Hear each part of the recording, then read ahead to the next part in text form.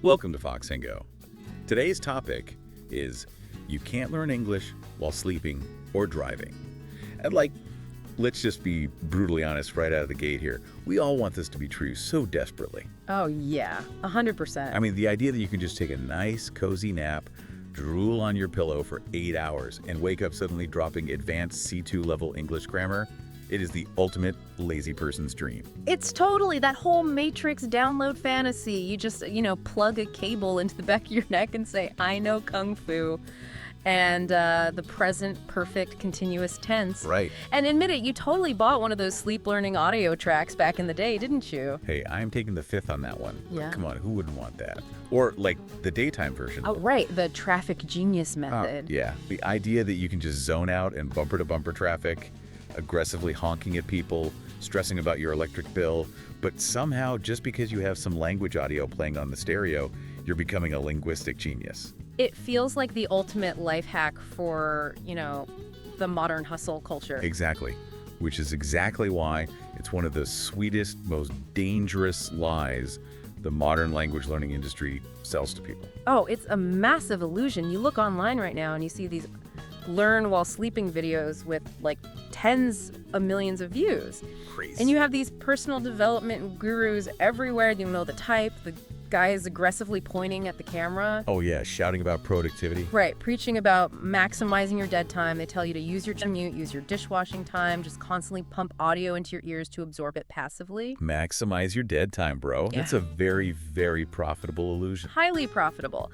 but it completely ignores the hard facts of human biology. We pulled together a massive stack of the latest sleep biology data, cognitive facts, and language acquisition truth to really get to the bottom of this. Because this whole marketing gimmick, it just exploits our natural evolutionary desire for effortless success, right? Complete. Because sitting down at a desk and sweating over a difficult language session is physically and mentally painful. Nobody wants to do the hard work, so people look for the loophole. Yeah, we think, hey, I'm doing two things at once. I'm driving and I'm learning. But to understand why this is a complete scam, we have to look at the reality of the brain's noise filtering system. Because, the human brain is not a magic sponge. Far from it. It's actually the ultimate energy-saving machine. Exactly. That is its primary evolutionary design. Yeah. Throughout the day, you are bombarded with millions of bits of sensory stimuli. Every single second. It's a lot of data. It is. The sound of the AC, the temperature of the room, the feeling of your socks on your feet, the smell of coffee. If your brain actually processed and recorded every single one of those things into your long-term memory, You would lose your mind by 9 in the morning. pretty much, your brain would overheat like a cheap laptop and just force restart. So to prevent you from going crazy and to conserve calories, it relies on this ruthless filter. A very ruthless filter. Anything you are not actively, consciously fighting to pay attention to gets instantly labeled as white noise, and it just gets thrown straight into the biological trash can. Okay, wait, hold on. I don't buy that. Let's unpack the actual physical reality here. All right, let's hear it. If I'm driving my car, or say I'm standing at the sink washing a giant mountain of dishes, I can clearly hear the English audio playing. Sure. The sound waves are physically traveling through the air, Yeah. vibrating my eardrum, and sending electrical signals to my head. It's inside my physical body. You're telling me biology just ignores physics? Well, no, biology doesn't ignore physics. It strictly manages it based on a hierarchy of survival. Survival. From washing dishes. No, from driving. Think about it. When you are driving, which is essentially a 2-ton metal missile moving at 60 miles an hour, Okay, fair point. your brain's absolute #1 priority is keeping you from dying.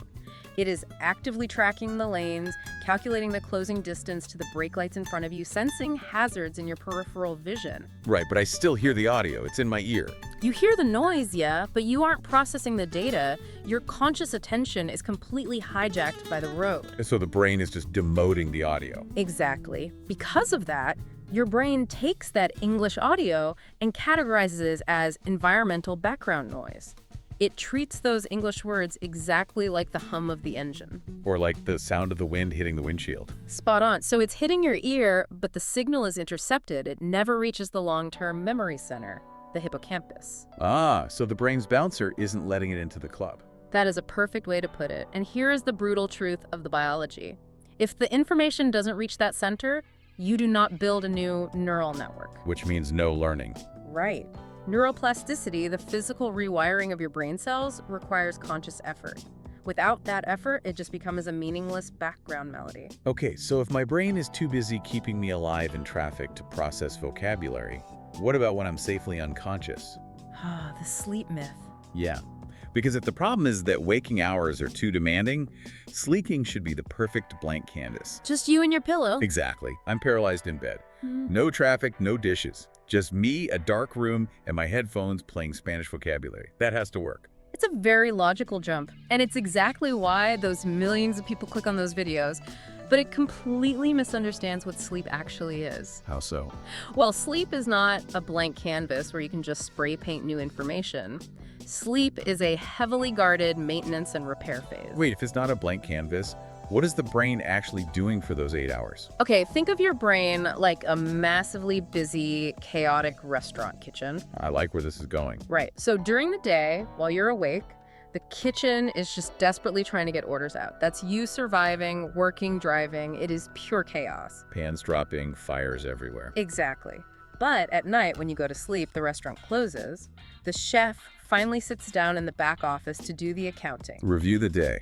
Yes. He looks at all the receipts from the day, figures out what supplies they need, and updates the menu based on what was actually important. Okay, so the nighttime is for processing the chaos of the day. Exactly. Specifically during REM sleep, your brain replays the high-stress, high-focus events of your day and consolidates them into permanent memory. It files away the stuff you actively struggled with while you were awake. You got it.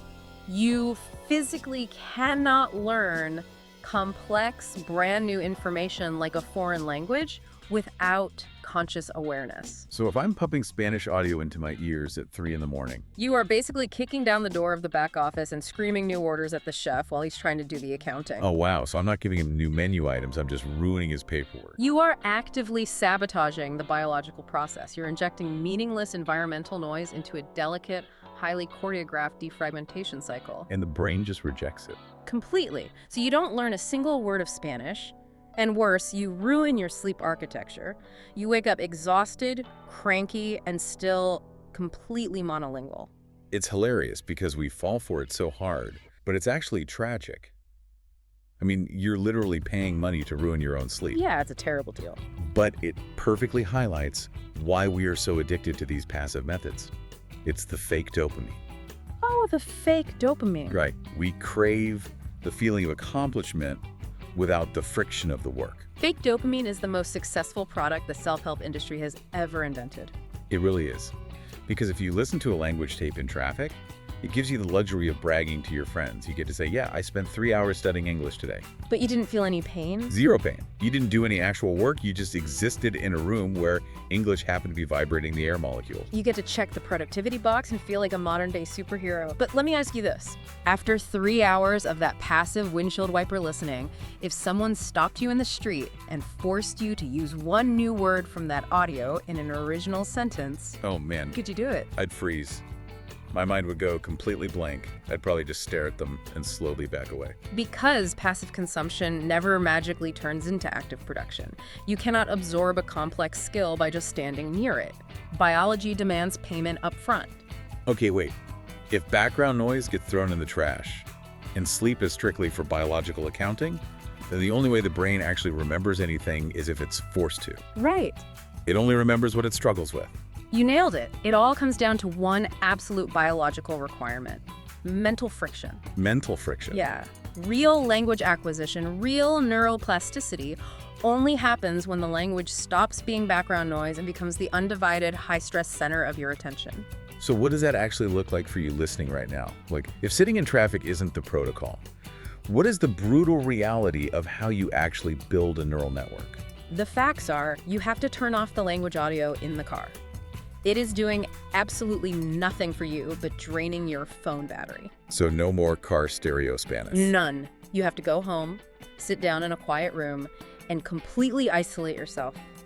You play just 1 minute of audio, not an hour. 1 minute. 1 minute. I mean, that sounds like nothing. It feels like an eternity if you do it right, because the second you hit a word or a phrase you don't perfectly understand, you stop. You don't just let it wash over you. No, you do not let it wash over you. You pause it.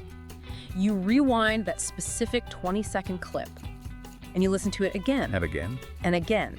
You break down the pronunciation, you look at how the syllables connect, you write it down physically on a piece of paper. Okay, so active physical engagement. Exactly. You force your mouth to repeat it out loud until it matches the speaker. Man, I am getting stressed just hearing you describe that process. It's intense. That sounds utterly miserable. Yeah. I know from experience.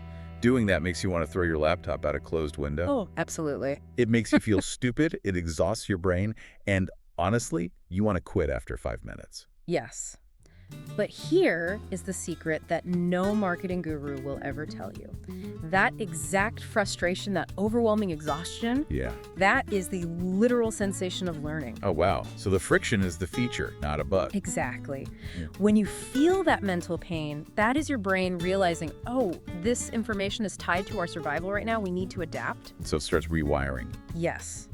That high friction effort is the only thing that signals your neurons to physically reach out, grow new dendrites, and wire together to form a new network. The struggle is the sensation of neuroplasticity. So doing the math on this. You could spend 500 hours doing the relaxed, passive listening thing during your morning commute. 500 hours of feeling really good about yourself. Right. And those 500 hours of passive listening will not even come close to the tangible, real-world results you would get from 20 minutes of sweaty, painful, active listening in a focused room. Not even close. 20 minutes of actual mental friction beats 500 hours of fake dopamine traffic jams. Every single time. Every single time. If you actually want the truth, you have to stop treating the language like it's a Spotify playlist soundtracking your life. Yeah, you have to physically and mentally fight the material. It has to be a deliberate confrontation. I love that. A deliberate confrontation. You aren't soaking in a spa, you are stepping into a boxing ring with the language.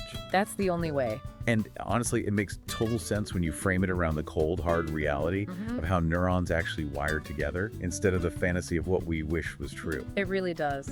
But, if we pull back from just language learning for a second, this whole biological reality raises a really uncomfortable question. Oh, great. Ruin the rest of my day. Lay it on us. Well, think about it. If our biological hardwiring is designed to instantly throw away any information that we aren't actively, painfully fighting to understand, Right. what else in our daily lives are we getting completely wrong? Wait, what do you mean? I mean, what else are we passively consuming right now? Falsely thinking we're getting smarter, but actually entirely forgetting. Oh, man. Think about the podcasts you have on while you're grocery shopping, the complex historical documentaries you watch while scrolling on your phone. The coding tutorials playing in another tab while you eat dinner. Exactly. How much of our entire media diet is just hitting the windshield? That is genuinely terrifying. Are we actually learning anything from it, or are we just drowning our brains in environmental noise to get that fake productivity dopamine? Wow. We walk around all day thinking we're absorbing all this vast knowledge, but the brain's trash can is just overflowing. Yep, and the chef in the back office has nothing to put on the menu. That is definitely something to chew on the next time you put your headphones on to multitask. If you liked it, don't forget to subscribe and like.